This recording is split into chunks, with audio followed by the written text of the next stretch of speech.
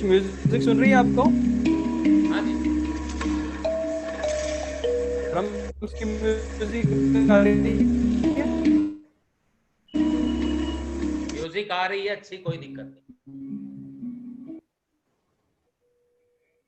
नहीं नहीं, वैसे म्यूजिक आ रही है क्या? हाँ जी, आ रही है, आ रही है।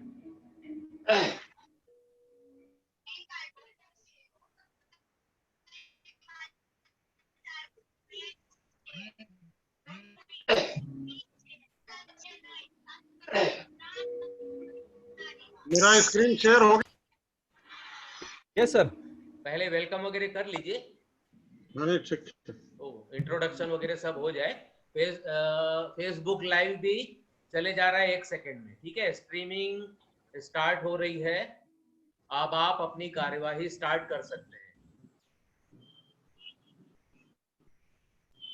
हृदय जी, थोड़ा टाइम हम इंतजार कर लें और कर ले अभी कोई क्या हुआ? दिक्कत नहीं, आप कर लीजिए जैसा भी आपको करना है, अभी अपनी अपने बातचीत चालू कर दीजिए आप। टाइम है कि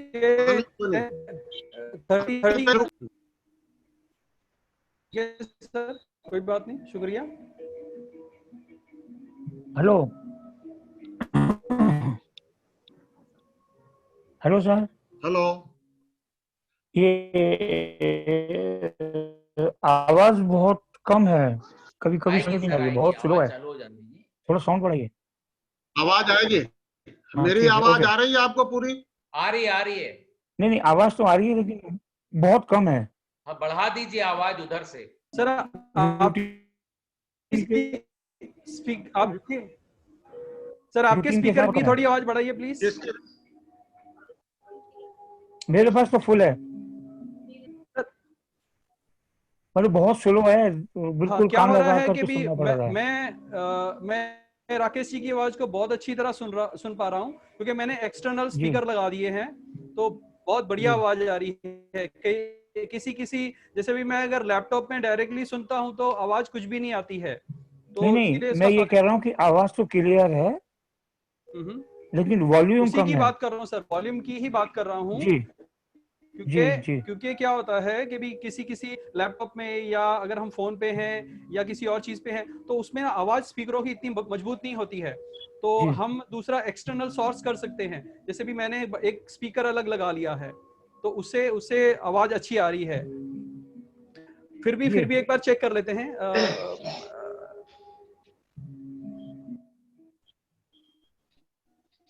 ओके, थैंक यू सर।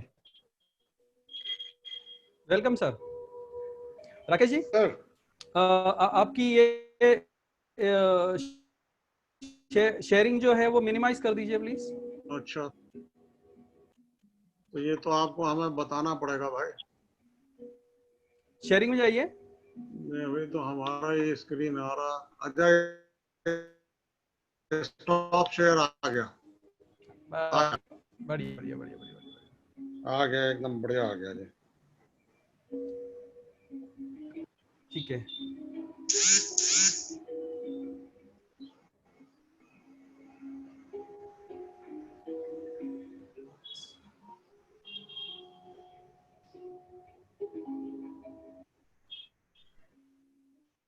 हमें छोड़ने भूख लग गई यार। क्यों? खा लीजिए कुछ सर। No problem. आप स्क्रीन ऑफ कर दीजिए, कुछ खा लीजिए। हमारे पास एक मिनट और हैं, कोई बात नहीं है।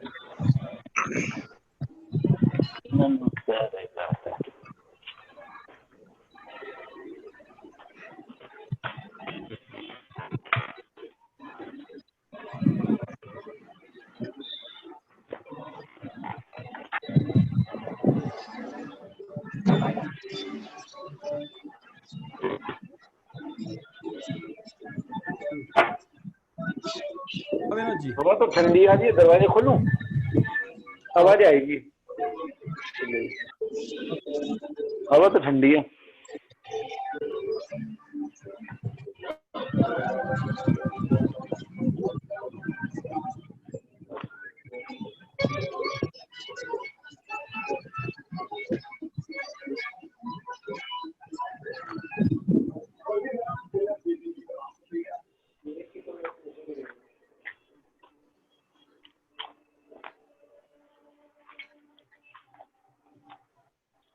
अब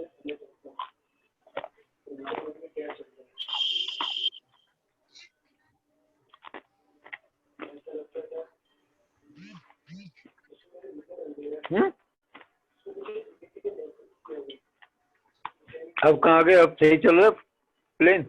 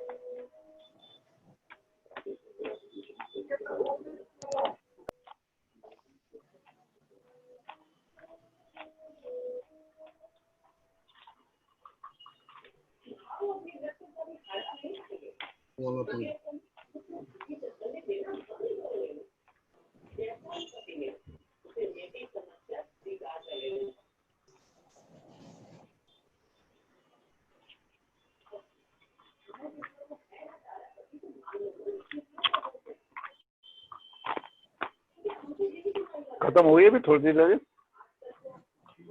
पता ही नहीं लगा।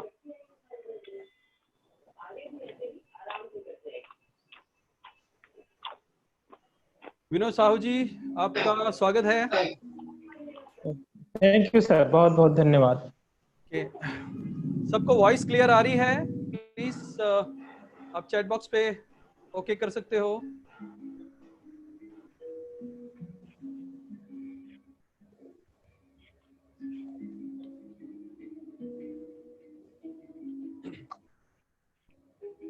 Thank you Atul ji, thank you Jyoti ji, thank you Vinod ji.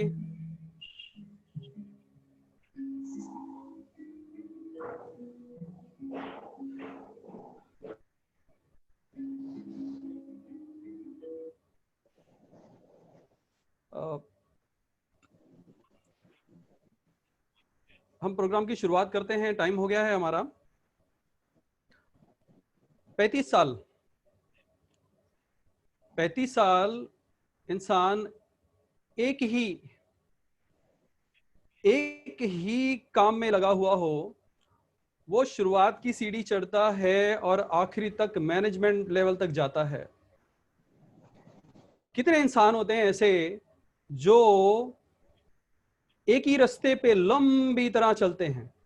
हम अपने आप को देखें कि भी हमने लाइफ में एक रास्ते पे चले, फिर वहां से हट गए दूसरे रास्ते पे चले, वहां से हट गए तीसरे रास्ते पे चले, फिर घूम फिर के फिर पहले पे आ गए। तो हमारी जर्नी एंड कहाँ होती है हमें खुद कई बार समझ में नहीं आता। तो आज जो स्पीकर हैं हमारे, उनके बारे में मिस्टर विनोद जी हमें उनको इंट्रोड्यूस करेंगे। मिस्टर विनोद जी काफी अच्छे स्पीकर हैं और उन्होंने अपनी लाइफ में काफी कुछ किया है। इनके ही रिलेटेड आज का जो टॉपिक है, माइंड के रिलेटेड जो टॉपिक है, उसमें इनका खुद का भी विनोद साहू जी का अपना एक अलग एक्सपीरियंस है। वो नेटवर्क मार्केटिंग में है, तो हमें पता होगा थोड़ा बहुत, अगर जिनको आइडिया है कि नेटवर्क मार्केटिंग में आपको लोगों के साथ मिलके चलना होता है और उनको अपलिफ्ट करना होता है। ठीक है, तो उनका अपना एक एक्सपीरियंस है विनोद साहू जी का। और ये सेशन लगभग 60-70 मिनट्स, थोड़ा ऊपर नीचे आपकी परमिशन के हिसाब से चलेगा, और एंड में हम क्वेश्चन आंसर भी लेंगे। तो उम्मीद करता हूं आप ये प्रोग्राम बहुत बढ़िया एंजॉय करेंगे। आगे मैं अभी विनोद जी से कहूंगा कि भी वो राकेश पांडे जी को इंट्रोड्यूस करें। Vinod ji. Thank you sir, बहुत बहुत धन्यवाद सर। राकेश पांडे जी एक बहुत बेहतरीन, उनके संबंध में मैं भी आपको थोड़ा सा उनका संक्षिप्त परिचय आपको पेश करता हूं। आज के ट्रेनिंग में माइंड सेट रीसेट वेबिनार में आप सबका मैं तहे दिल से स्वागत करता हूं। सभी पार्टिसिपेंट्स का मैं हार्दिक दिल से स्वागत करता हूं। ये जो है, मेरा नाम है विनोद साहू, मैं रायपुर छत्तीसगढ़ से हूं और आज के हमारे ट्रेनर है राकेश पांडे जी। राकेश पांडे जी का एक संक्षिप्त परिचय मैं आपको थोड़ा सा अवगत करा देता हूं। राकेश पांडे जी वर्तमान में एनटीपीसी लिमिटेड में एडिशनल जनरल मैनेजर के रूप में कार्य कर रहे हैं। उनके पास पावर सेक्टर में, जैसे कि अभी हरजीत जी बताए, 35 वर्ष से अधिक का प्रोफेशनल एक्सपीरियंस है, व्यावसायिक अनुभव है उनके पास। आपके पास इंजीनियरिंग, बिजनेस एडमिनिस्ट्रेशन यानी व्यावसायिक प्रबंधन और लॉ की डिग्री भी है। आप एक दृढ़ निश्चयी, जिज्ञासु एवं पिपासु लीडर हैं। 2 दशकों से भी अधिक समय तक आप NEFI एनटीपीसी एग्जीक्यूटिव में नेशनल लेवल पर नेतृत्व को सुशोभित किया है। 2007 से 2018 के बीच आपने NEFI संगठन के चेयरमैन के रूप में प्रतिनिधित्व किया है। आपने अपने कार्यकाल के दौरान उन्होंने जो विभिन्न भूमिकाएं निभाई हैं, उनमें जिन्होंने आपको टेबल के दोनों ओर एक संतुलित छंद विकसित करने में भी मदद की है। आप university of petroleum and energy studies Dehradun और great lakes institute of management Gurugram campus में विजिटिंग फैकल्टी के रूप में भी आपने सेवाएं दी है। आप विभिन्न PSUS और प्राइवेट ऑर्गेनाइजेशन के एम्प्लॉय डेवलपमेंट प्रोग्राम के लिए व्याख्यान दिए हैं। यह व्याख्यान मनुष्योत्तम, जो कि एक NGO है, को मानव संसाधन विकास की पृष्ठभूमि में कार्य करता है, के लिए देते रहे हैं। आपका लक्ष्य देश के युवाओं को स्वावलंबन एवं रोजगार, नागरिकता को मजबूती देना है। वे खाली समय में चेस खेलना और पजल्स यानी पहेलियों को सॉल्व करना पसंद करते हैं। इन सारी खूबियों और अनुभवों का खजाना हम सब के लिए खुलने वाला है। मैं उम्मीद करता हूं हम सबको बहुत बेनिफिट देगा और मैं आप सबके तालियों के गड़गड़ाहट के साथ मैं आमंत्रित करना चाहता हूं आदरणीय राकेश पांडे जी। Welcome sir. नमस्कार। नमस्कार सर। आपको माइंडसेट रीसेट प्रोग्राम में आप सभी लोगों का मेरी तरफ से स्वागत। मैं इस प्रोग्राम की शुरुआत एक कहानी से करता हूं। सूर्या सिन्हा की एक किताब है, कहानियां बोलती है, उसमें एक कहानी है मन की गांठ है, उससे शुरू करता हूं। एक व्यापारी 5-6 ऊंट लेकर के और बिजनेस करने जाता है। सारे सामान बेचने के बाद वापसी में एक सराय पे रुकता है। वहां जब रुकता है तो उसके बांधने की रस्सियां 6 के बजाय 5 रहती है। 5 ऊंट को बांधने के बाद वो बड़े परेशानी में, शाम को 7-8 बजे का समय, कि भाई कहाँ जाए, कहाँ से रस्सी ढूंढे, छठा ऊंट तो हमारा खुला रह जाएगा। तो उस अंतर्द्वंद में वो जाता है सराय के मालिक के पास। वहां एक फकीर मिलता है। फकीर बोलता है कि देखो इस समय आपको कहीं रस्सी नहीं मिलेगी, आप एक काम करो, ऊंट के पास जाओ, जैसे रस्सी से आप बाकी ऊंट को बांधते हो उसी तरीके से उस ऊंट को भी बांधने का आप नाटक करो, वो ऊंट बंध जाएगा, आपको कोई दिक्कत नहीं होगी। व्यापारी के पास कोई ऑप्शन नहीं होता, थोड़ा संशय में रहता है, बट फिर भी सोचता है चलो भाई यही कर लेते हैं। जाके उसने ऊंट को बांधा, बांधने का नाटक किया, ऊंट बैठ गया। उसके बाद आराम से जाके वो सराय में सो गया। सुबह फिर उठा, उठने के बाद जब जाके 5 ऊंट को तो खोल दिया, 5 उठ के खड़े हो गए, छठा नहीं उठा।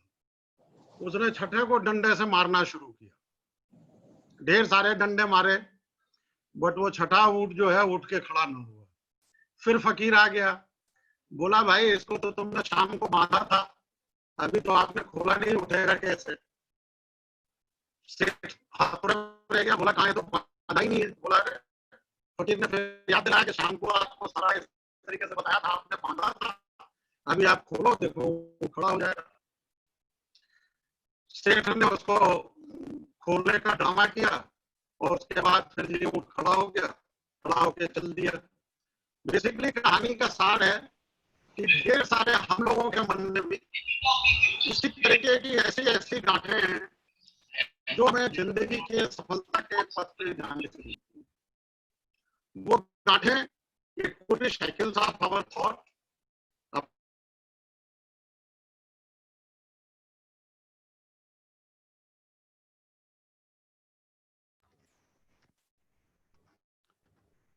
राकेश जी, आपकी आवाज नहीं आ पा रही है बरोबर।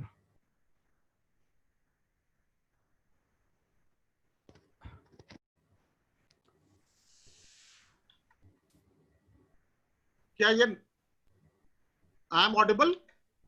यस, अभी अभी ठीक है सर। Okay sir. हमारी कहानी आई पूरी आप लोगों तक? हाँ, मेरी वो सेकंड टाइम जो अपना फकीर है वो पहुंच गया वहाँ। सेकेंड टाइम जब फॉर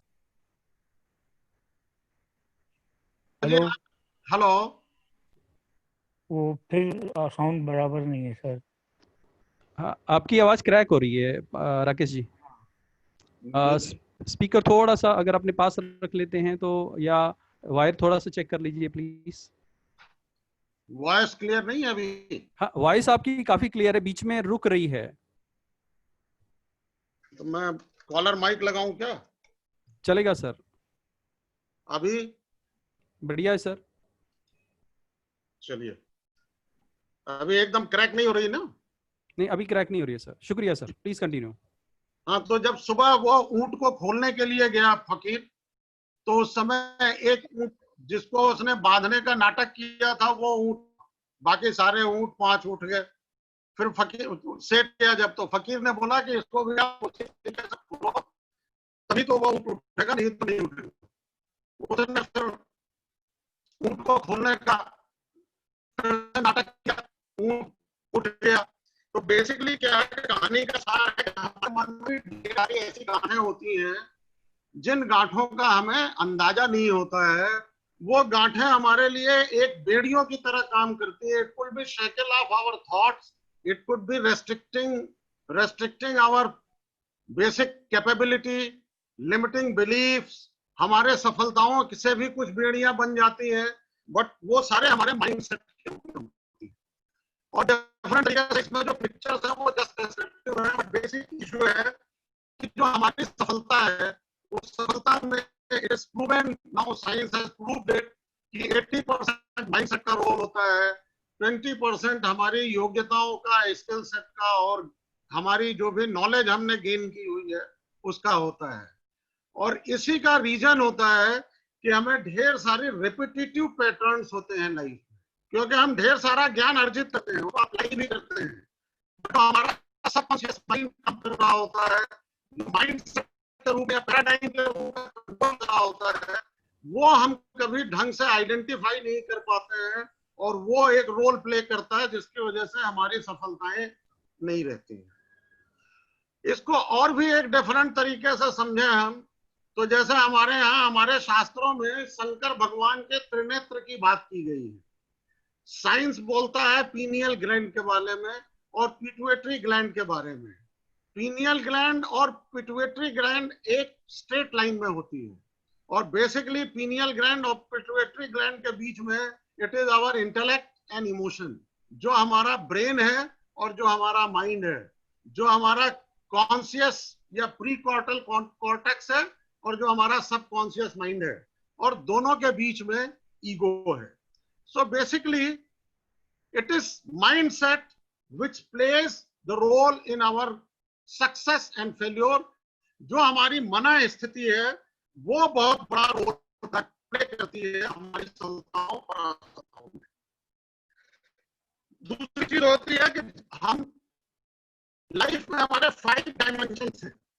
अगर हम जीवन को अपने तरफ से एनालाइज करते हैं तो सबसे पहले हमारा फिजिकल डायमेंशन है, फिर मेंटल डायमेंशन है, देन हमारा फाइनेंशियल एस्पेक्ट है, रिलेशनशिप है, एंड देन इमोशनल डायमेंशन है। ये हमारी अपनी जो क्रिएटर वर्ल्ड है। अगर हम इसको थोड़ा सा रिलेशनशिप और फाइनेंस से अलग जाएं, तो जो ह्यूमन बॉडी का कंस्ट्रक्ट है उसमें physical dimension, mental dimension, intellectual, emotional and spiritual. Spiritual means जहां हम अपने को, स्वयं को अनुभव कर सके।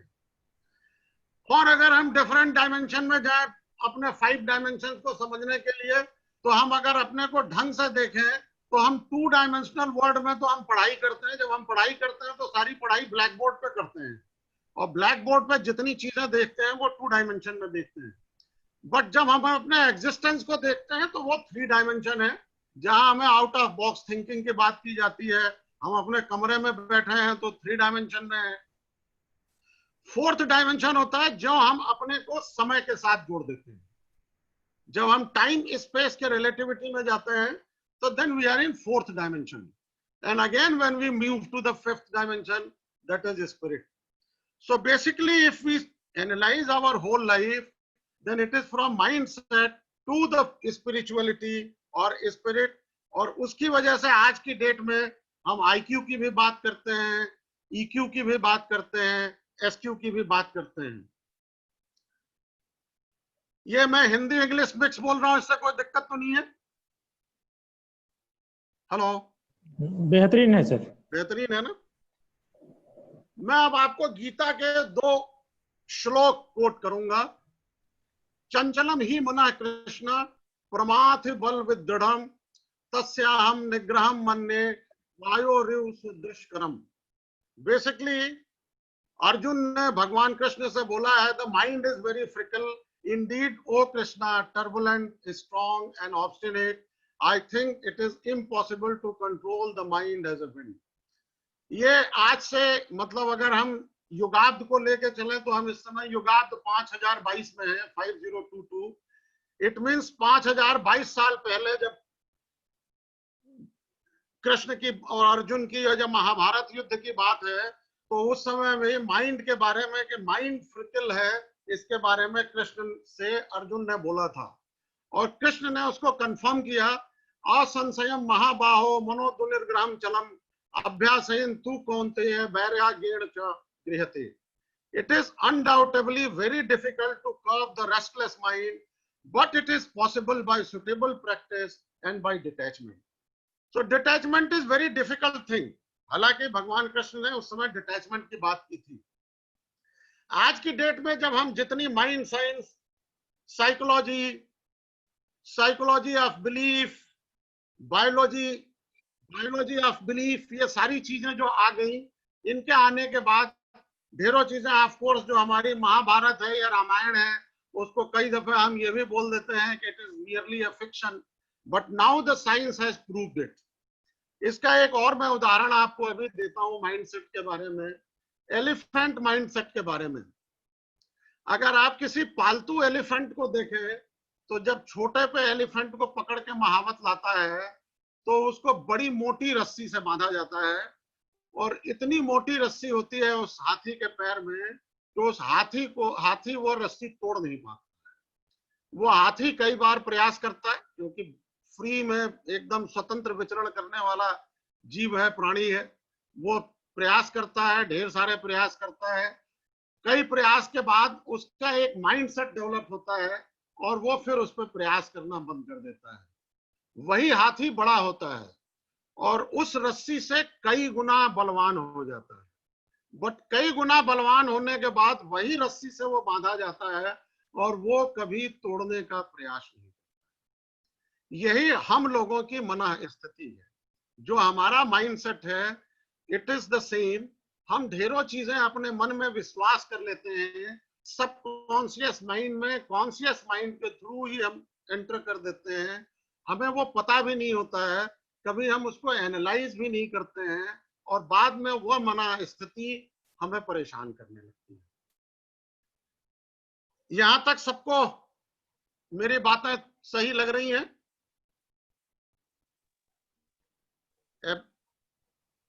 Am I audible? जी जी सर। हाँ, बीच में आप लोग बोलते रहे, नहीं तो लगेगा कि मैं मोनोलॉग कर रहा हूँ। ठीक है।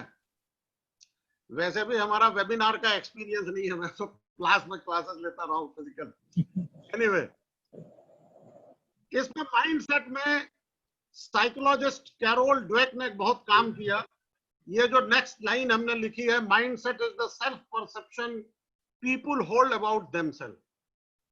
ये कैरोल ड्वेक का काम है, जो after lot of research he has written a book also on mindset. Mindset के बारे में basically mindset is your self perception about yourself. और अगर आज की डेट में देखें तो हम ढेर सारी डेली बेसिस पे ढेर सारे काम करते हैं। Even we go to the spiritual हर जगह स्पिरिचुअलिटी की बात की जाती है, हम ढेरों मेडिटेशन और ढेर सारे काम करते हैं, उस पर हम लास्ट में आएंगे, but basically it is self perception, the perception which we have created, and mindset is best it can be termed as a mental lens. It is a lens through which we see the world and we see ourselves, and with respect to world हम इसी mental lens से विश्व को भी देखते हैं, दुनिया को भी देखते हैं, समाज को भी देखते हैं, अपने आप को भी देखते हैं, और अपने कॉन्शियस माइंड के थ्रू ही इसी मेंटल लेंस से अपने बारे में हम परसेप्शन बना लेते हैं। ढेरों लोग हमने मन में परसेप्शन बना लिया कि ये हमसे हो ही नहीं सकता, या मैं तो बहुत बर्डन हूं, ये हमारा एक परसेप्शन है, हो सकता है हम उतने बर्डन ना हो, लेकिन हमने लगा लिया कि हम ये नहीं कर सकते, ये काम मैं ही क्यों करूं, ये हमारा परसेप्शन है, वहां मैं जा नहीं सकता, ये हमारा परसेप्शन है, and it is all limiting belief जो हमने क्रिएट किया है। करते कैसे हैं हम?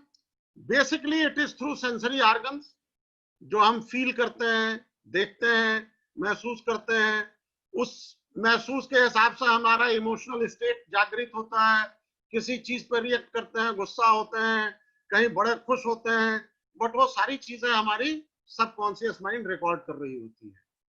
इवन जिस एनवायरनमेंट में रह रहे हैं, हम प्रोफेशनल हैं तो वर्क कल्चर में है, यहाँ ढेर सारे नेटवर्क मार्केटिंग वाले हैं, तो ये लोग बहुत लोगों से इंटरेक्ट करते हैं, तो इनका डिफरेंट इंटरेक्शंस के बेस पे दे डेवलप द माइंडसेट, वो अपने बारे में बनाते हैं, समाज के बारे में बनाते हैं। बहुत लोग हैं, हम लोग बोलते हैं कि जी समाज बहुत खराब है, किस पे बनाया जी, कोई कुछ खराब घटना हो गई, कितने लोगों के साथ घटना हुई, तो पता चला 2% के साथ घटना हुई, बट वो 2% के साथ हुई घटना ने हमें पूरे समाज के बारे में ये माइंडसेट हमारा बना दिया कि समाज बहुत खराब है, क्योंकि टीवी पे लगातार हमने उस न्यूज को देखा, लगातार देखा, बहुत दफे देखा, and that has created the mindset. Life experience, हम जब कहीं कर रहे हैं, कुछ भी कर रहे हैं, हमने बड़ी मेहनत की, सफलता नहीं मिली, हमने एक माइंडसेट बना लिया। हमने बहुत कम मेहनत की, बड़ी ज्यादा सफलता मिल गई, हमने एक माइंडसेट बना लिया कि यार दुनिया में तो बिना कुछ किए ही काम हो जाता है, लॉटरी है, और कहीं रियल सेंस में हमें मेहनत करने की जरूरत पड़ी तो वो जो है वो फिर हम नहीं कर पाते, बट माइंडसेट है वो हमें डिफरेंट डायरेक्शन में ले जाता है। नॉलेज है, जो भी हम ज्ञान अर्जित कर रहे हैं, वो ज्ञान एक तो हम माइंडसेट से ही अर्जित कर रहे हैं, ज्ञान अर्जित करने में माइंडसेट प्ले कर रहा है। अगर आप एक क्लास को देखें, अभी हम जो लेक्चर ले रहे हैं, इसमें जो भी जितने भी पार्टिसिपेंट हैं, I am saying one thing, एक ही बात को कह रहा हूं, एक ही स्लाइड दिखा रहा हूं, सब डिफरेंट लोग सुनेंगे, सबकी अपनी अपनी इसके बारे में परसेप्शन बनेगी, और सब अपना अपना अलग अलग टेक अवे लेके जाएंगे। सो इवन जो नॉलेज है that we see from our own mental lens, we never see in absolute term. होता क्या है, हम सबसे पहले जीवन में एक लगाते हैं एडजेक्टिव, ये सही है या गलत है, ये अच्छा है या बुरा है, जबकि क्या है कि दुनिया में जितनी एब्सोल्यूट यूनिवर्सल ट्रुथ है, उसके अलावा सारी चीज रिलेटिव है, हर एक चीज रिलेटिव है, बाकी कोई भी चीज एब्सोल्यूट नहीं है। आपको रिसोर्सेज भगवान ने जितने दिए हैं वो भी सबको बराबर नहीं दिए हैं, केवल एक रिसोर्स है समय, जिसको सबको बराबर दिया है, जैसे हमने फोर्थ डायमेंशन की बात कही थी, time, which is equal for everyone, चाहे वो चेरापूंजी में हो, चाहे राजस्थान के मरुस्थल में हो, बट चेरापूंजी में पानी ज्यादा है और राजस्थान के मरुस्थल में गर्मी ज्यादा है, दोनों का एनवायरनमेंट के बारे में परसेप्शन डिफरेंट है। ऑक्सीजन के बारे में लद्दाख में जो आदमी है उसका परसेप्शन डिफरेंस है, नॉलेज एक है बट परसेप्शन डिफरेंट है। Even our skill that also contribute to perception. So definitely that mindset which is based on perception, we need to work hard. हमें उस mindset को develop करने के लिए हमें ढेर सारी मेहनत करने की आवश्यकता पड़ती है, हमें अपने को जागरूक होना पड़ता है, और हमें उस दिशा में कुछ न कुछ कदम उठाने पड़ेंगे जिससे कि हम अपने माइंडसेट को बदल सकें। और ये माइंडसेट केवल हम ही बदल सकते हैं, कोई बाहर का आदमी नहीं बदल के आएगा। अभी आप कोरोना के समय को आप देखें, सबसे बढ़िया एग्जांपल है, कोरोना में पूरे विश्व में सबसे कम डेथ रेट इंडिया में है, ये है कि नहीं है? जी है सर, है ना, जी इंडिया में क्यों ज्यादा कम है डेथ रेट, लोगों के रिकवरी रेट ज्यादा है? बिकॉज डॉक्टर सेज कि हमारा इम्यूनिटी सिस्टम बढ़िया है, चाहे वो रामदेव बाबा के काढ़ा से हो गया हो, चाहे आयुष मंत्रालय के काढ़ा से हो गया हो, या हमने जो भी देसी इलाज किए हो, बट हमारा इम्यूनिटी सिस्टम ज्यादा है, जिसकी वजह से डेथ रेट कम है और लोग ज्यादा ठीक भी हो रहे हैं। भाई जिस रोग का ट्रीटमेंट डॉक्टर्स के पास नहीं है, तो अगर आदमी ठीक के हो रहा है तो वो अपने सेल्फ इम्यूनिटी से ठीक होके आ रहा है, सेल्फ प्रोसेस से ठीक के हो रहा है। एंड दैट सिंपली सेज कि जो हमारी इनर स्ट्रेंथ है, जो हमारी आंतरिक शक्ति है, that has got immense power.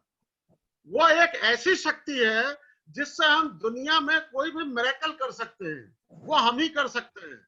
हम लॉ ऑफ अट्रैक्शन की बात करते हैं, but it is basically law of action which we have to do. और वो लॉ ऑफ एक्शन कैसे करना है? Based on our mindset, our brain set, our skill set, our own inner strength. Basically mindset दो तरीके के होते हैं, थोड़ी सी हम थियरी में आपको ले जा रहे हैं। एक फिक्स्ड माइंडसेट होता है, एक ग्रोथ माइंडसेट होता है। फिक्स सेट में आपको वो लोग मिलेंगे जो ये विश्वास कर लेते हैं कि जितनी हमारी क्षमता है उससे ज्यादा हम कुछ पा ही नहीं सकते, एकदम कुछ नहीं पाए जा सकते। और एक ग्रोथ माइंडसेट होता है जो ये मानता है कि हमारी पावर जो है अनलिमिटेड है, अनलिमिटेड पावर। एंथोनी रॉबिन्स की बात करते हैं हृदय चौहान जी साहब, और वो उनकी किताब है अनलिमिटेड पावर। बेसिकली उनका एजुकेशन बताया गया, उन्होंने कहीं पढ़ा अभी इसी ग्रुप में कि बहुत कम है, but you see the his capability, he is training whole world, so it is definitely a growth mindset, his own belief system, जो उन्हें जिस मेंटल लेंस से दुनिया को देखा और अपने को डेवलप किया, that created him to this position कि whole world is paying too much money to join his seminar, webinars, और उनको अटेंड करने जाते हैं। So basically it is perspective, हम दुनिया को कैसे देखते हैं, कैसे समझते हैं, कैसे हमारी सेंसरी ऑर्गन्स उसको रिसीव कर रही है, ये सारी चीजें हमारे माइंडसेट को इम्पैक्ट करती हैं, इफेक्ट करती हैं। और इसलिए हमें सबसे पहली चीज जो ठीक करनी है वो हमारा परसेप्शन ठीक करना है। जो हमारा परसेप्शन है, हम चीजों को कैसे देखते हैं, वो परसेप्शन बहुत जरूरी है। सामान्यतः क्या होता है कि हम चीज को सबसे पहले अपने सेल्फ इंटरेस्ट से देखते हैं, हमारा उसमें स्वार्थ क्या है, हमें वो चीज उसमें हमारे किस काम की चीज है। सो हम उस चीज का सही परसेप्शन बना ही नहीं पाते। अगर सही परसेप्शन नहीं बना पाते तो हम उसके बारे में, हमारा जो माइंड सेट भी वो चीज के बारे में सबकॉन्शियस माइंड स्टोर करेगा, वो सही चीज नहीं स्टोर करेगा। और जब एक किसी समय पे हमें उस माइंड सेट की आवश्यकता होगी या उस तरफ जाएंगे तो हमारा जो रिस्पॉन्स होगा वो प्रॉपर नहीं होगा। इसलिए चीज को डिस्पैशनेटली, बिना अपने से अटैच किए हुए देखना, जो भगवान कृष्ण ने डिटैचमेंट की बात की थी, डिटैचमेंट, हम वैराग्य की बात नहीं कर रहे हैं। मैं ऐसा नहीं बोल रहा कि आप सन्यासी हो जाए, वैरागी हो जाए, बट वैराग्य मतलब कि सबसे पहले किसी चीज को हम बिना अपने किसी इंटरेस्ट से लिंक किए हुए, कि बिना किसी स्वार्थ से लिंक किए हुए हम उसको देखें। तो उसका एक हमें बहुत बढ़िया चीज आती है कि दुनिया को तो हम सीधे देखते रहते हैं, कभी शीर्षासन करके भी देख लेना चाहिए तो पता चलेगा कि दुनिया कैसी दिख रही है। तो डेफिनेटली एक डिफरेंट पर्सपेक्टिव मिलेगा, और वो अगर डिफरेंट पर्सपेक्टिव मिलेगा तो हम दुनिया के बारे में, हमारा जो माइंडसेट डेवलप होगा वो माइंडसेट भी डिफरेंट होगा। फिर मैं आपको गीता पे ले आता हूँ, गीता के 2 श्लोक से फिर आपको जीवन के कॉन्सेप्ट से जोड़ने का प्रयास करता हूँ। यतो यतो निश्चलति मनश्चंचलम स्थिरम ततस्तयो नियमे एतादमान्ये वशम नहीं। From wherever the mind wanders due to its flickering and unsteady nature, one must certainly withdraw it and brings it back under the control of self. भगवान कृष्ण ने गीता के अध्याय 6 में ध्यान योग के बारे में बोला है, और उन्होंने हर जगह बोला है कि मनुष्य बुद्धि से अपने मन को नियंत्रित कर सकता है। बुद्धि मतलब हमारा इंटेलेक्ट, प्री फ्रंटल कॉर्टेक्स। मन मतलब माइंडसेट, हमारा सबकॉन्शियस माइंड। सो डेफिनेटली जो हमारा इंटेलेक्ट है वो इतना पावरफुल होना चाहिए कि वो हमारे माइंडसेट को गवर्न करे, न कि हमारा माइंडसेट पावरफुल हो जाए हाथी की तरह कि वो अपनी शक्ति को ना समझ सके और एक हाथी को मतलब एक छोटी रस्सी जो उसके एक झटके में टूट जाए न तोड़ सके, या उस ऊंट की तरह। असंयताम नाम योगो दुष्प्राप इति में पति वश्यात्मनाम तु यतता शक्यो वापुमुपायते। Yoga is difficult to attain whose mind is unbridled. However, those who have learned to control the mind and who strive earnestly by the proper means can attain perfection in yoga. This is my opinion. So भगवान कृष्ण ने योगा के बारे में बोला है, और योगा तो हम सब लोग करते हैं। बाबा रामदेव ढेर सारे योग कराते हैं। योग का मतलब क्या है, कोई बताएगा? What is योग? कोई भी बताए योग का मतलब क्या है? जोड़ होता है सर, योग मतलब जोड़ना। हाँ, तो जो बाबा रामदेव योग कराते हैं उसमें क्या जोड़ते हैं?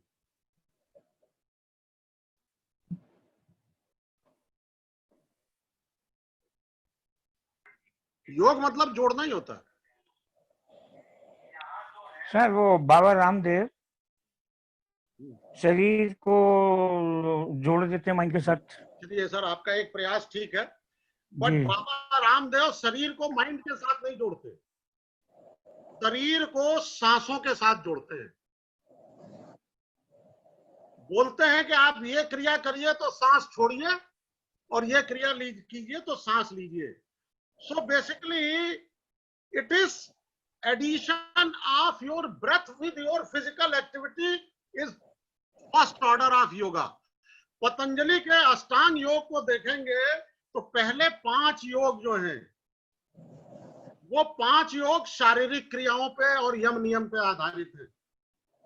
यम नियम, आसन, प्राणायाम, आहार, प्रत्याहार। लास्ट के जो 3 नियम है, ध्यान, धारणा, समाधि, वो आपके मन को सांस से जोड़ने का है, जिसमें आप ध्यान करते हैं, धारणा करते हैं और समाधिस्थ होते हैं। उसमें आपको आपके मन को जोड़ता है। सो basically it is mind, body and intellect, but जोड़ अलग अलग है। पहले शुरू में जो बाबा रामदेव कराते हैं आसन प्राणायाम तक, वो आपको सांसों से आपकी फिजिकल एक्टिविटी को जुड़ाते हैं। जब आप ध्यान, धारणा, समाधि में जाते हैं तो आप अपने मन को सांसों से जोड़ते हैं। तो योग जोड़ना ही है, और जोड़ने की बात को किए हैं। और जोड़ का आपको मैं एग्जांपल बताता हूं। आज ही हम लोग डिस्कस कर रहे थे, हमारे कोलीग्स हैं यहाँ, नीरज बंसल इसमें बैठे भी हैं इस वेबिनार में। आप देखिए गूगल सर्च इंजन है ना, गूगल सर्च इंजन। गूगल से पहले कौन कौन सा इंटरनेट पर सर्च इंजन आए थे, किसी को पता है? कोई बताएगा? एनीवन?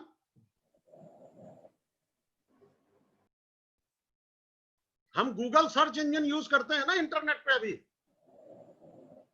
M I audible? जी जी। हाँ,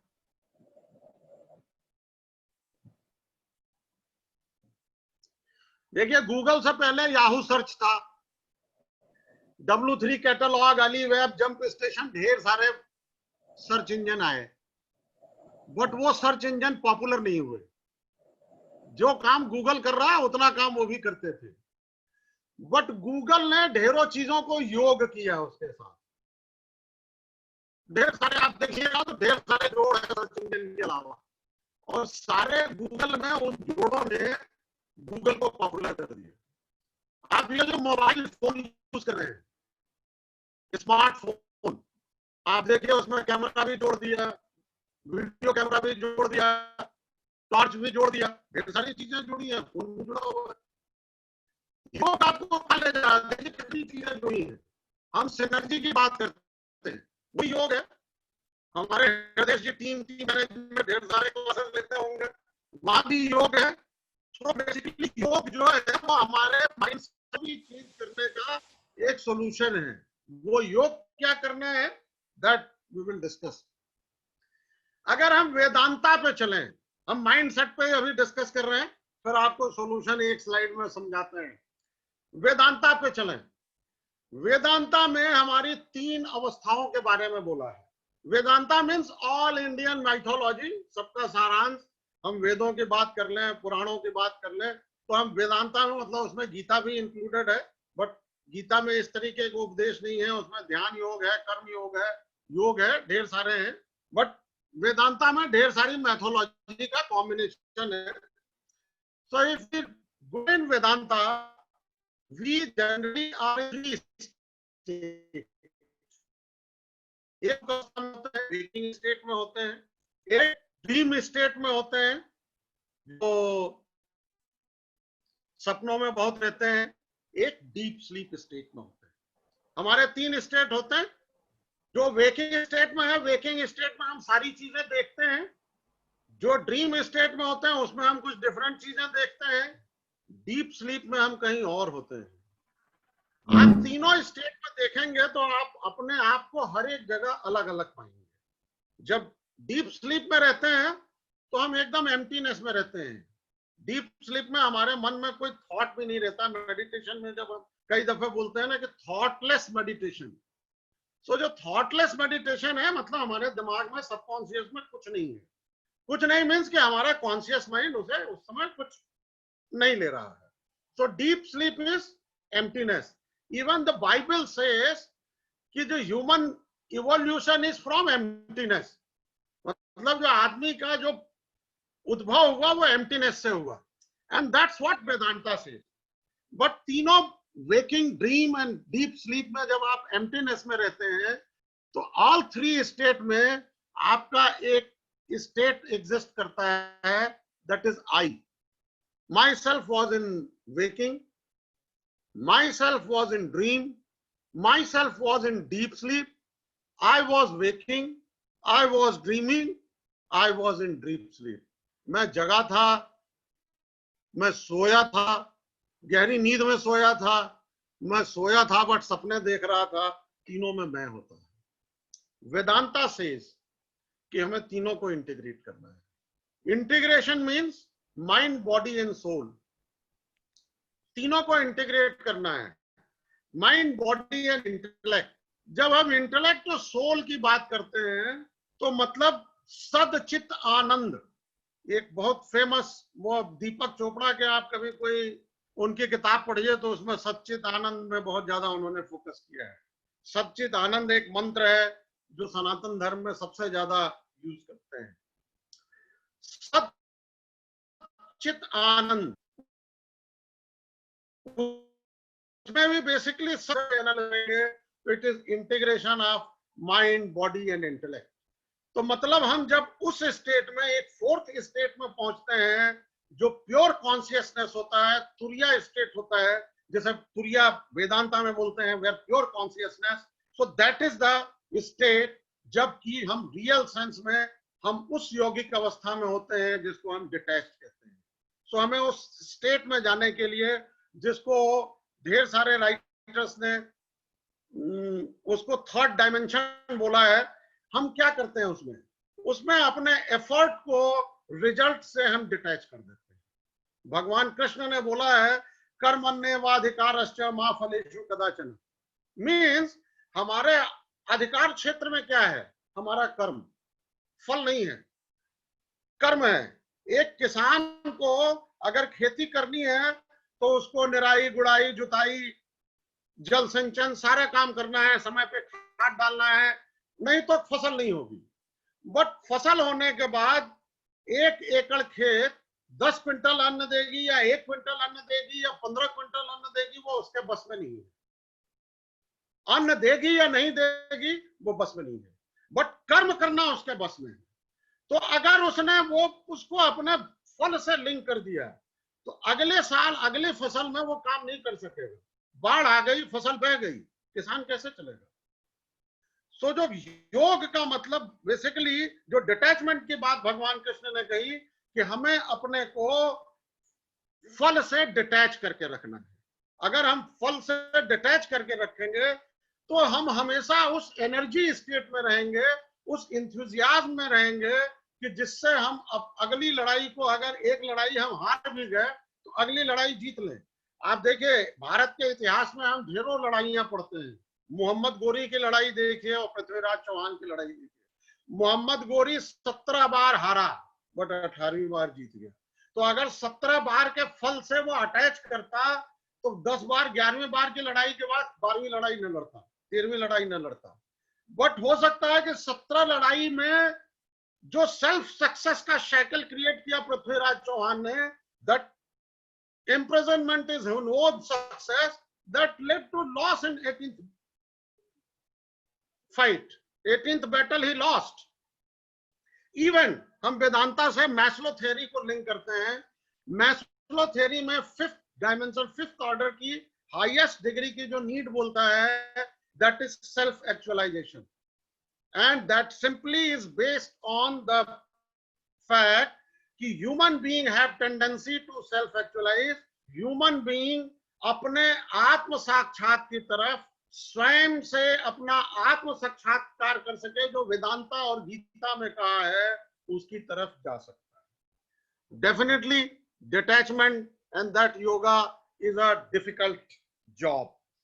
आई डोंट से कि भाई हम जिस मटेरियलिस्टिक वर्ल्ड में रहते हैं, जो हमारा मटेरियलिज्म है, जिस हिसाब से हम काम कर रहे हैं, जो हमारी लाइफस्टाइल है, वो हम इतना डिटैचमेंट नहीं कर सकते। बट हम कुछ परिवर्तन कर सकते हैं। वो परिवर्तन हमने आपको इसमें ढेर सारे लिखे हैं, एक एक को मैं आपको एक्सप्लेन करता हूं, एक एक को अपने हिसाब से बताता हूं, और निश्चित रूप से ये सारे स्टेप आपको अपने माइंडसेट को चेंज करने में मदद करेंगे। सबसे पहला है लुक इनसाइड। अगर जो मैनेजमेंट के यहाँ लोग ट्रेनर्स हैं वो देखेंगे तो जौहरी विंडो इसी कॉन्सेप्ट है। कबीर दास बोलते हैं, निंदक नियरे राखिए आंगन कुटी छवाए, बिन साबुन बानी बिना निर्मल करे सुभाए। बट हम क्या है, किसी ने हमारी निंदा कर दी, किसी ने हमारी शिकायत कर दी, किसी ने क्रिटिसिज्म कर दी, ठीक है, तो हम उसके दुश्मन हो जाते हैं, हमारे बॉडी में कार्टिसोल बनने लगते हैं, जबकि उसे हमें अप्रिशिएट करना चाहिए। So basically love criticism and look inside, both is together. आप दोनों को अगर एक तरह से देखें, दोनों एक से जुड़ा हुआ है, आपको एक साथ ही दोनों को डेवलप करना पड़ेगा। सबसे पहले अपने जो क्रिटिक्स हैं उनको आपको अप्रिशिएट करना पड़ेगा। आप ठीक है, आप उन्हें अपने, ऐसा नहीं है कि घर में जैसे अगर कबीर ने बोला आंगन कुटी छवाए तो घर में ले आके मत बिठाओ, बट उसने जो बात कही उस पर देखिए कि उसमें कुछ सब्सटेंस है कि नहीं है। अगर सब्सटेंस है तो उस सब्सटेंस पे अपने अंदर आप परिवर्तन करें, क्योंकि वो आपके माइंड सेट को निर्धारित करेगा, आपको अगली लड़ाई के लिए तैयार करेगा। अगर आप वो रिजेक्ट करेंगे तो आप अपने साथ अन्याय करेंगे, उसके साथ कुछ नहीं करेंगे।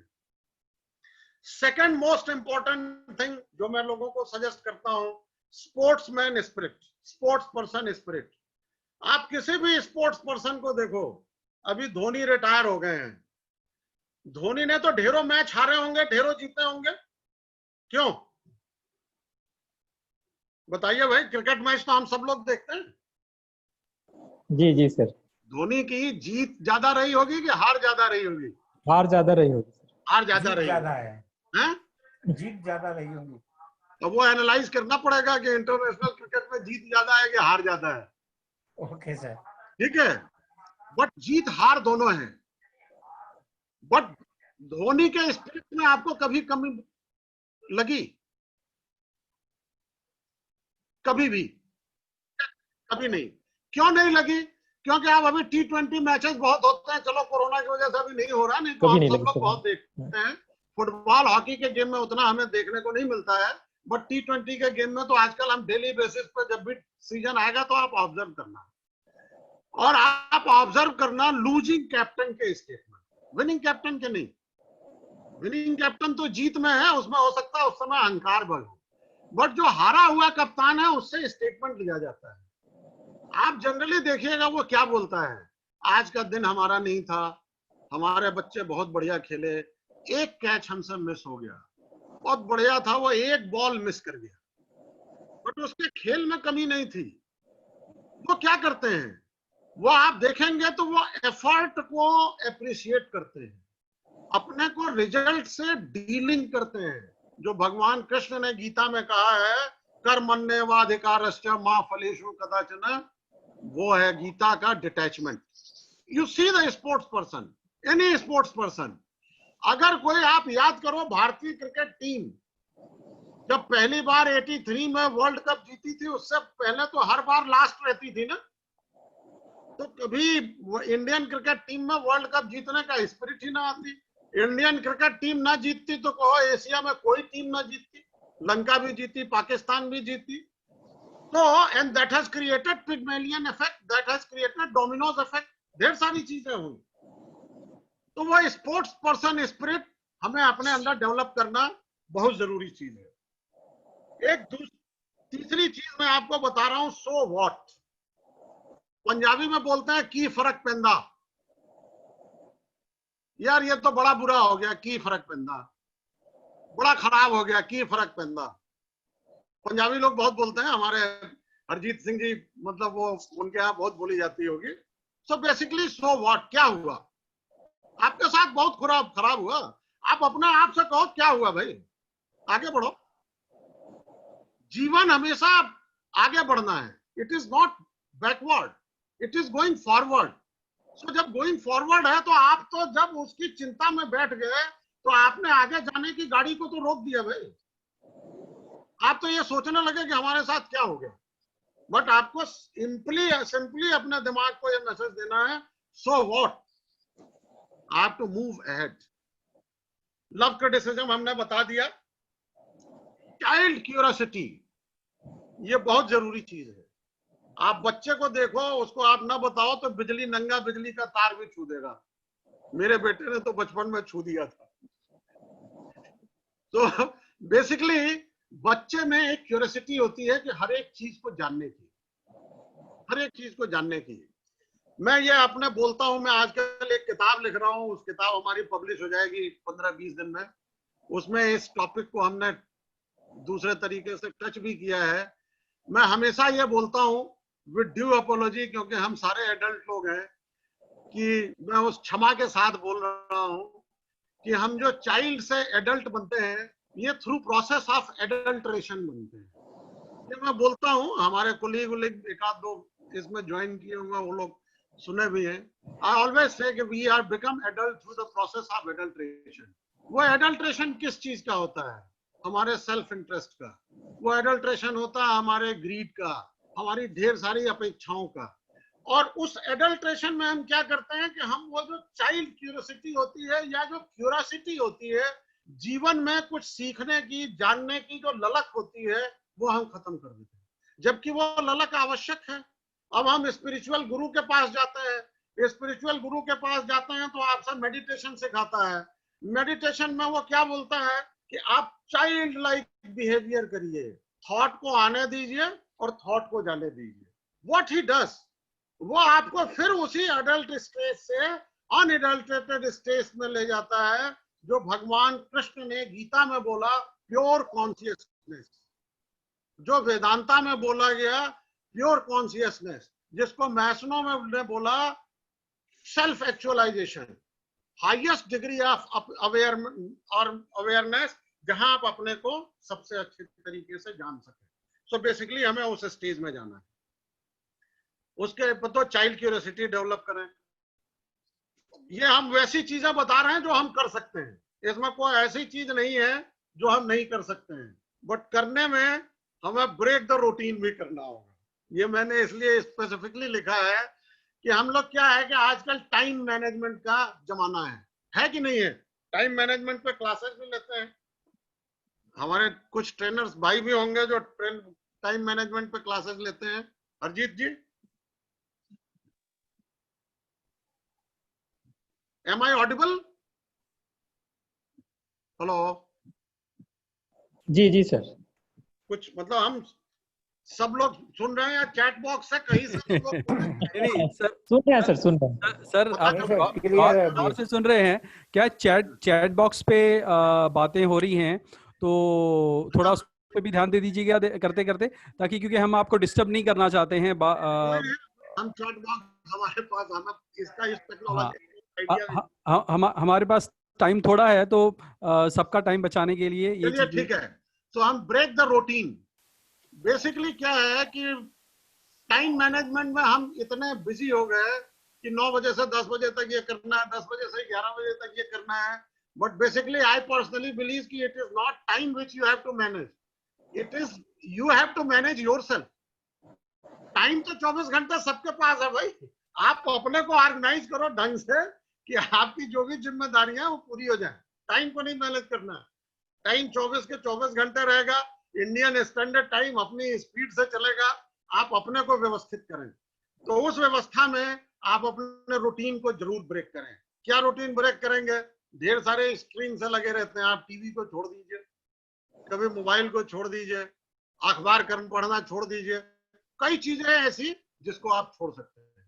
कुछ दिन के लिए आप न्यूज सुनना ही बंद कर दो, आपके माइंडसेट पे फर्क पड़ेगा। आप डिसाइड करो कि 1 महीने तक दुनिया में क्या हो रहा है हमें कुछ नहीं जानना है जी।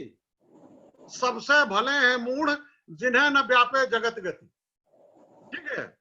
तो अगर आपको जगत का कुछ नहीं पता होगा तो आपको परेशानी नहीं होगी।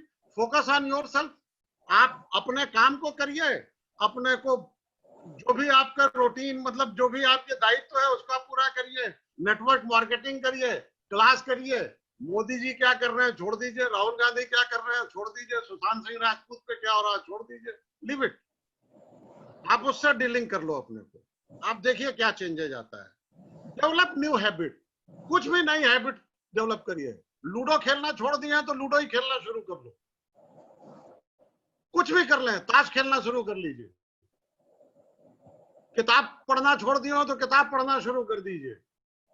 But develop one new habit जिससे आपका रूटीन चेंज हो। जनरेट न्यू आइडियाज, ये सबसे जरूरी चीज है। जनरली हम लोग क्या है कि हम लोग गॉसिपिंग में इतना बिजी रहते हैं, एक दूसरे के बारे में इसकी उसकी बुराई करने में, discuss about person and personality, discuss about events, कि हम कभी भी कोई नए थॉट को, नए आइडिया को अपने दिमाग में नहीं आने देते। अब तो हम स्मार्टफोन के युग में हैं, आपके दिमाग में कोई आइडिया आया तुरंत आप फोन पर लिख लो, कहीं अपने खुद को एसएमएस कर लो, खुद को व्हाट्सएप कर लो।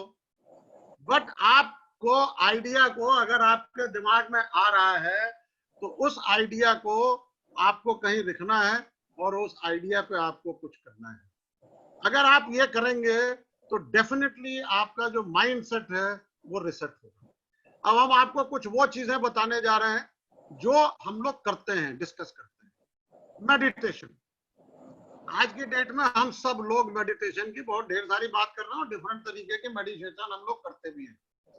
बट आई सिंपली से कि आप अपने, अगर कोई मेडिटेशन आप ना कर पा रहे हो तो आप अपने दिमाग को अपने सांस से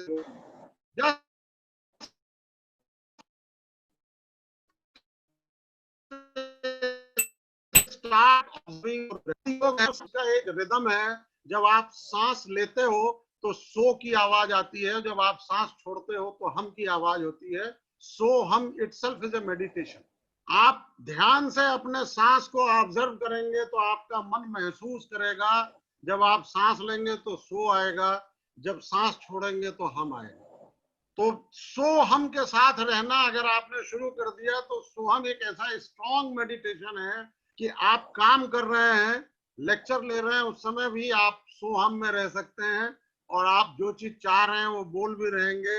आपका कॉन्शियस स्टेट आपके स्लाइड पे होगा, कॉन्शियस स्टेट आपके जो भी ऑडियंस है उसकी तरफ होगा और आपका सब कॉन्शियस माइंड आपके सांसों पे होगा and you will be in meditational state. A very easy step.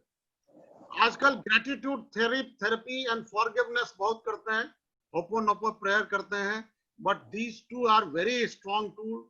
जब आप ग्रेटिट्यूड में जाते हैं तो हमने अभी आपको जब परसेप्शन फॉर्मेशन में इमोशन की बात कही थी, जो सबसे बढ़िया इमोशन होते हैं वो लव, कंपैशन एंड एम्पैथी होती है। और सबसे खराब जो इम्प्रेशन होते हैं वो हैट्रेड होता है, एंगर होता है।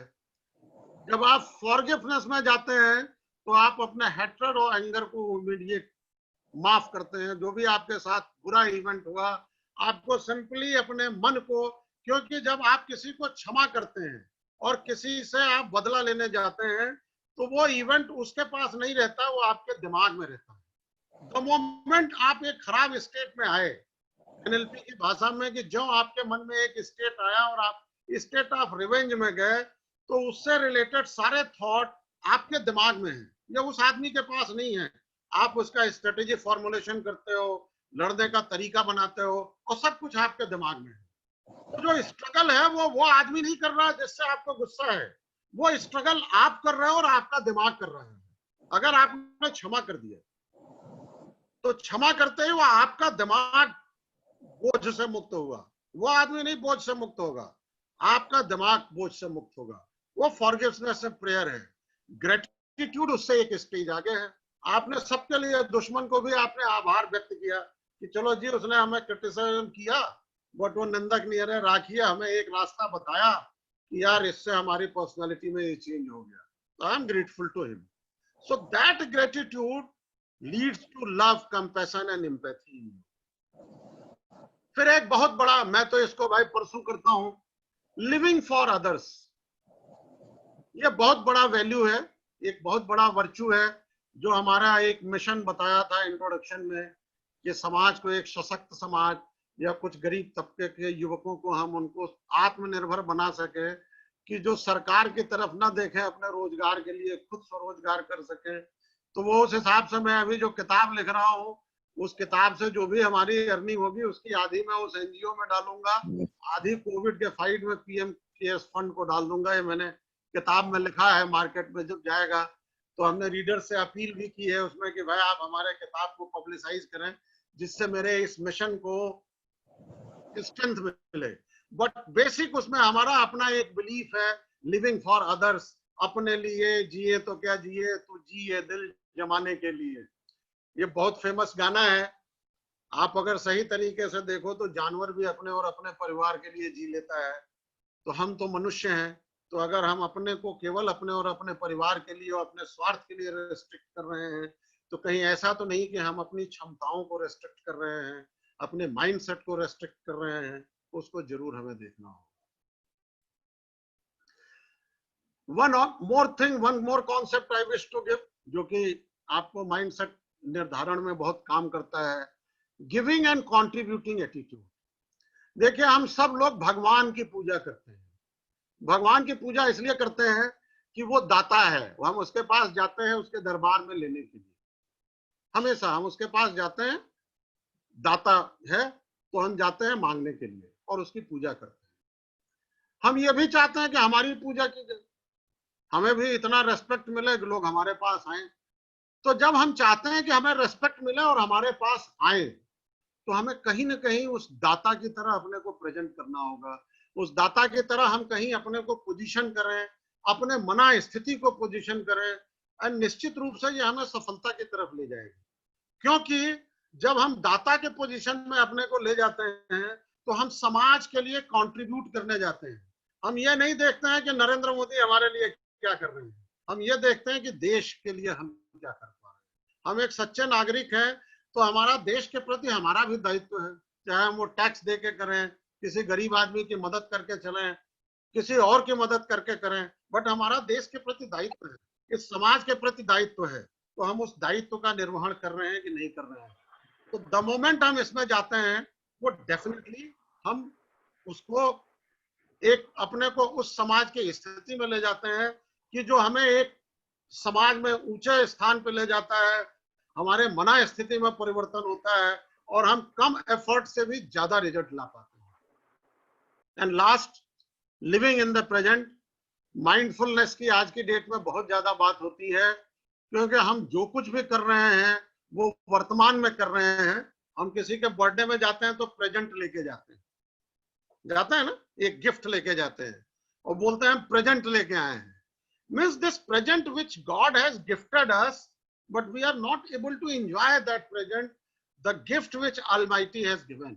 ये हमें इतना बड़ा उपहार दाता ने दिया है, भगवान ने दिया है, नियंता ने दिया है, जिसका हम उपयोग नहीं कर पा रहे हैं। हम करते क्या हैं, हम अपने पास्ट फेल्योर की इतनी एनालिसिस करते हैं कि वो पैरालिसिस ऑफ एनालिसिस हो जाता है, बट हम रिजल्ट नहीं निकाल पाते। या हम भविष्य के सपनों में इतने खोए होते हैं कि हमें उस भविष्य को अपना, हम बोलते हैं ड्रीम कम ट्रू, तो उस ड्रीम कम ट्रू के लिए आज की डेट में हमें क्या एक्शन लेना है, वो एक्शन लेने में हमें प्रेजेंट में भी तो कुछ करना है, प्रेजेंट में भी तो कुछ कंट्रीब्यूट करना है। हम उस पर नहीं जा पाते हैं। भविष्य के सपनों के लिए भी हमें आज ही कोई एफर्ट लेना है, जो आज से टाइमलाइन में हो सकता है 1 साल बाद, 1 महीने बाद, 3 साल बाद, 10 साल बाद हम अचीव कर सके, बट एक्शन तो हमें आज लेना है। तो we must learn and live in present. That is what I wish to say. ये हमारा आज के प्रेजेंटेशन का बेसिक वो था। अब मैं जितनी बातें कही हैं उसको मैं अपने अनुभव से इसलिए मैं बोल देना चाहता हूं कि अदरवाइज ये लगेगा कि एक डिस्कोर्स है, आपने अच्छी अच्छी बातें की। मैं, जैसा हमारे उसमें बताया गया कि हमने टेबल के दोनों तरफ से काम किया, तो निश्चित रूप से हमारा मैनेजरियल रोल है, ऑफिसर्स फेडरेशन में रहा और ऑफिसर हूँ एनटीपीसी में, तो हमने एक मैनेजमेंट का रोल भी किया जिसमें हमारे पास एक डेलीगेशन ऑफ पावर थी, कुछ दायित्व था, कुछ काम कर रहे थे। बट मैंने दूसरा काम भी किया कि जो हम ऑफिसर्स के सेल्फ डिग्निटी के लिए, सेल्फ रेस्पेक्ट के लिए, हम 97 से 2018 तक लगातार फेडरेशन में किसी न किसी पोजीशन में रहे एंड ऑफिस बियरर रहे। तो उसमें डेफिनेटली जो हमारी मैनेजमेंट थी, जो टॉप मैनेजमेंट थी, उसके खिलाफ हम आवाज उठाते रहे, लोगों के हितों के लिए लड़ाई लड़ते रहे। तो उस प्रोसेस में ढेर सारी एडवर्सिटीज रही, फेल्योर रहे, सेटबैक रहे। अगर हमारा आप एजुकेशन देखेंगे तो हमारा बेसिक एजुकेशन हमने डिप्लोमा इन इंजीनियरिंग की है, बट उसके बाद हमारे सारे जो क्वालिफिकेशन है ये सब हमने जिंदगी में एक्वायर किए। हम आज की डेट में अगर आपको कुछ बोल रहे हैं तो ये हमारे 20-25 साल के अनुभव का, लर्निंग का वो है। हमने इंजीनियरिंग ग्रेजुएशन की, उसके बेस पे हमने एनटीपीसी का ऑफिसर्स का एंट्रेंस टेस्ट दोबारा पास किया, ऑफिसर्स सिलेक्ट हुए, आज एडिशनल जनरल मैनेजर हूँ। हमने लॉ की डिग्री हासिल की, मास्टर ऑफ लॉ किया। ढेर सारी जीवन में असफलताएं देखी, ढेर सारे सेटबैक देखे, ढेर सारे, मतलब हमारा हाथ टूट गया 5 जून 2015 को, बट मैं उसको अपने किताब में भी मैंने मेंशन किया है। मैं 35 किलोमीटर की यात्रा में हमारे साथ संजय बालियान, जुबेर आलम त्रिपाठी जी, श्रोत्री 4-5 लोग थे। उनको औरैया, दिव्यापुर हमारा एनटीपीसी प्लांट से औरैया तक मेरे हाथ की दोनों हड्डियां टूटी हुई थी। मेरी पत्नी को गेस्ट हाउस में पता नहीं था कि मेरा हाथ टूटा हुआ है, और मैं लोगों को चुटकुले सुनाता हुआ जा रहा था, क्योंकि उससे पहले हॉस्पिटल में हमारे कुलीग अनूप गुप्ता बेहोश होकर गिर गया मेरी चोट की वजह से। And that start from this my mindset. जब मैं कराता हुआ हॉस्पिटल में पहुंचा तो मुझे देख के अनूप गुप्ता बेहोश हो गया। बेहोश होते ही हमने डॉक्टर से कहा कि डॉक्टर देखो मेरा हाथ तो टूट गया, बट उस बच्चे को पहले आप ठीक करो। उसमें हमें 5-7 मिनट लगे, वो होश में आया।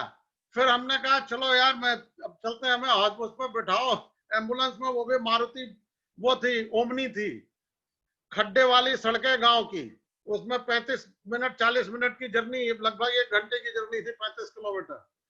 बट उसमें हमारे त्रिपाठी जी, जुबेर आलम बड़े टेंशन में, उनके चेहरे की लालिमा देख के हमें लगा कि यार इनको हंसाते चले, नहीं तो पता चला रास्ते में कोई और बेहोश हो गया तो दूसरा इश्यू हो जाएगा। So I took lead.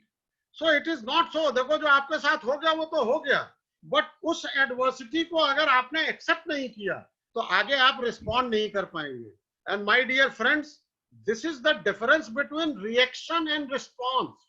हम सब लोग प्रोएक्टिव एक्शंस पढ़ते हैं, स्टीफन कॉवी की 7 habit of highly effective people, but reaction और रिस्पॉन्स में जो डिफरेंस होता है वो एक्सेप्टेंस का होता है।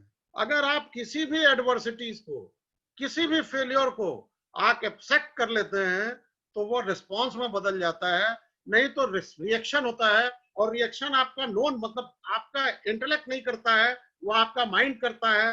And you are in control of mindset, not in your intellect or yourself. Second most important thing which I have experience, हम लोग जीवन में सबसे ज्यादा जो परेशान रहते हैं वो फेल्योर से रहते हैं, वीकनेसेस से रहते हैं। मेरा ये मानना है कि हमेशा उस वीकनेस को अपनी स्ट्रेटजी बनाओ। उसी चोट में जब मेरे को छुट्टी, हम उस समय एक मिशन में थे, हमने उस चोट को अपनी स्ट्रेटजी का हिस्सा बनाया। हमने डिसाइड किया कि यार कानपुर में ऑपरेट कराने के बजाय दिल्ली में ऑपरेट कराएंगे और उस छुट्टी में उस मिशन के लिए काम करेंगे। एक ड्राइवर रखा और 1 महीने की छुट्टी को अपना काम करते रहे, ऑफिस से छुट्टी में रहे, बट हमारा जो मिशन था वो काम करता रहा। तो ऐसा नहीं है, लाइफ में एडवर्सिटीज आती हैं, सुख दुख जीवन का हिस्सा है, बट सुख दुख दोनों के साथ हम निर्बाध गति से आनंद लेते हुए खुशी की तरफ बढ़े तो वही जीवन है। क्रिटिसिज्म हमने पहले भी बोला,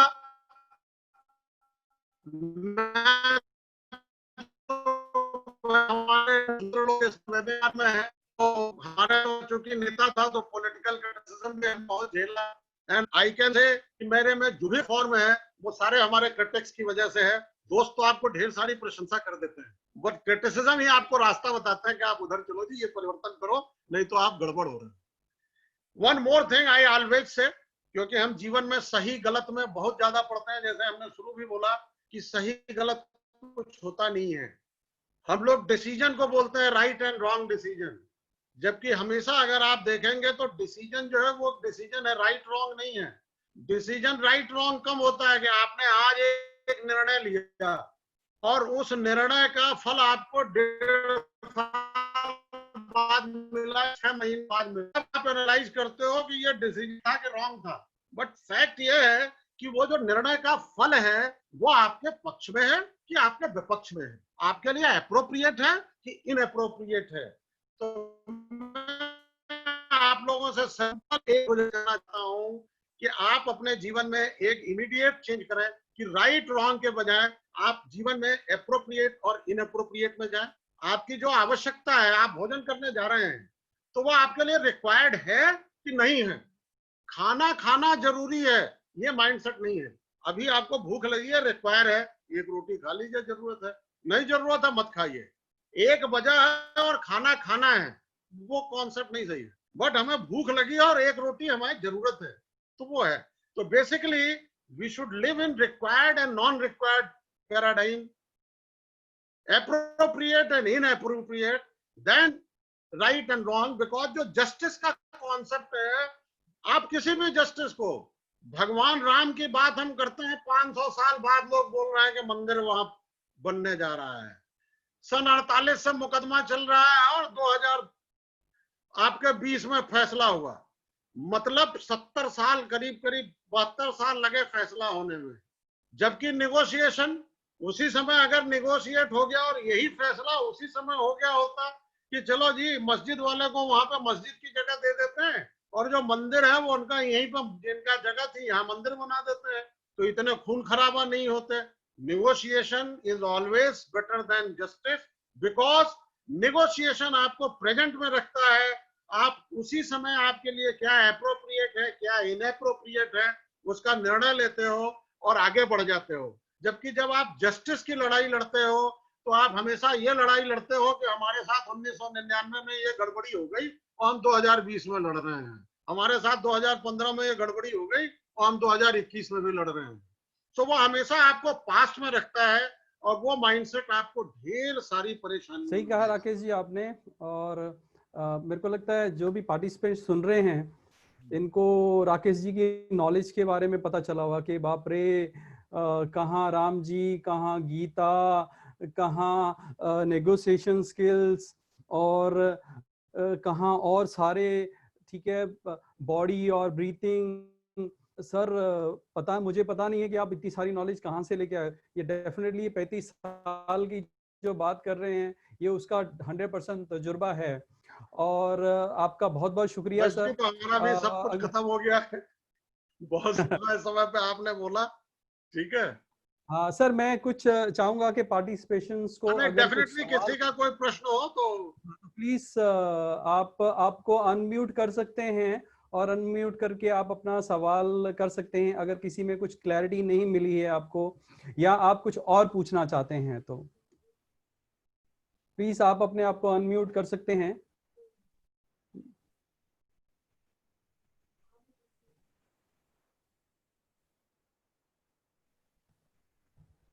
किसी का भी कोई प्रश्न हो? आप अगर वैसे ही पूछना नहीं चाहते हैं तो आप टाइप करके पूछ सकते हैं चार्ट पे। चैट में कर सकते हैं, अब हमें चैट दिखना लगा। सर ये 5 डायमेंशंस को एक बार और बताएंगे सर? देखिए 5 डायमेंशन 3-4 तरीके से हैं।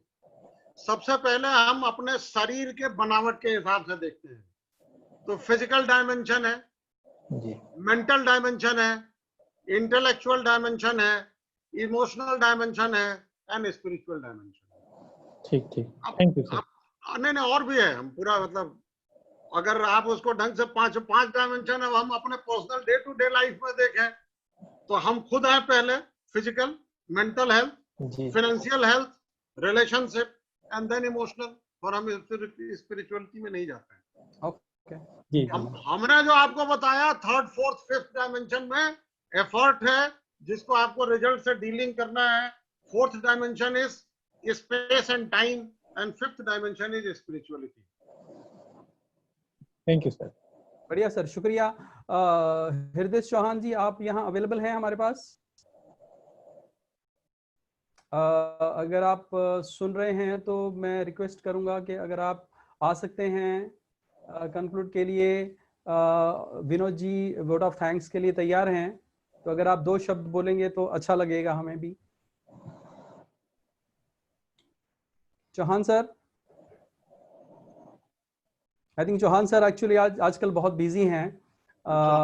इसमें दूसरे सेमिनार में भी तो होंगे। हाँ जी, हाँ जी, उनको उधर फेसबुक लाइव भी चल रहा है, तो और भी उनके काफी लाइव सेमिनार चल रहे हैं, तो उनको काम भागदौड़ बहुत ज्यादा है। तो आई थिंक हम क्लोज करते हैं प्रोग्राम को। Vinod ji please vote of thanks के लिए जी बहुत बहुत कीजिए। धन्यवाद सर। मैं आदरणीय राकेश जी का कितना धन्यवाद करूं ये तो समझ नहीं आ रहा है, क्योंकि इतने तो विनोद जी सॉरी, बट आप अपने आप को वो ठीक वीडियो ठीक सर, ओके थैंक यू। तो अभी हमको इतना सारा मटेरियल मिला और हमारा जो है फिजिकल, मेंटल, इंटेलेक्चुअल और जो है स्पिरिचुअल नॉलेज, मतलब सबका, और इतने सारे भाषाएं, मतलब संस्कृत, हिंदी और इंग्लिश का जो मिश्रण हमको मिला, आध्यात्मिक नॉलेज के साथ साथ वैज्ञानिक तथ्य भी मिले, और ये सारे नॉलेज एक साथ मिले और सबका जो योग जो बताए हैं, वाकई पांडे जी के जो नॉलेज है उसमें सबका योग है। और हम, मुझे लगता है हम बेहतर परिणाम इससे ले पाएंगे। बहुत ज्यादा बेनिफिट हमको होगा ऐसा मुझे लगता है, क्योंकि हम सब जानते तो रहते हैं लेकिन इतना सब कुछ जाने, एक साथ जाने, ये बहुत महत्वपूर्ण है, और हम सब इसको इम्प्लीमेंट करके अच्छा ग्रोथ कर पाएंगे, ये मुझे लगता है। बहुत बहुत धन्यवाद पांडे जी। और साथ में मैं चौहान सर का बहुत बहुत धन्यवाद देना चाहूंगा, हमारे पर्सोना ट्रेनिंग टीचर से आदरणीय हृदय चौहान जी। शायद अभी नहीं सुन पा रहे हैं, लेकिन मैं उनका बहुत बहुत धन्यवाद देता हूँ जो हमको ये मंच प्रदान किए, और इसके माध्यम से हम बहुत सारे चीज़ों को हम नॉलेज में ला पा रहे हैं और इम्प्लीमेंट करके निश्चित रूप से हम बेनिफिट ले रहे हैं। और आदरणीय हरजीत भामरा जी का जो कोचिंग एंड कंसल्टेंट है, मैं बहुत बहुत धन्यवाद देता हूँ। सर का मुझे बहुत हेल्प मिला, और सर ने जो है अच्छे से गाइड किए और मंच संचालन में बहुत बेहतरीन अदायगी के, बहुत बहुत धन्यवाद सर। और मैं सारे पार्टिसिपेंट का भी धन्यवाद करना चाहूंगा जो इतने ध्यान से सुने, अपना कीमती समय दिए, और कीमती समय देने के लिए मैं आदरणीय राकेश पांडे जी का विशेष धन्यवाद करता हूँ, और सारे पार्टिसिपेंट्स का भी जो इस में जो है पार्टिसिपेट करके और कार्यक्रम को सफल बनाने में अपना योगदान दिए। बहुत बहुत धन्यवाद सर। सबका बहुत बहुत धन्यवाद एक बार फिर से। Thank you Rakesh ji, thank you, participation. Thank you, thank you. Good night जी सबको। Good night. Good night sir, good night.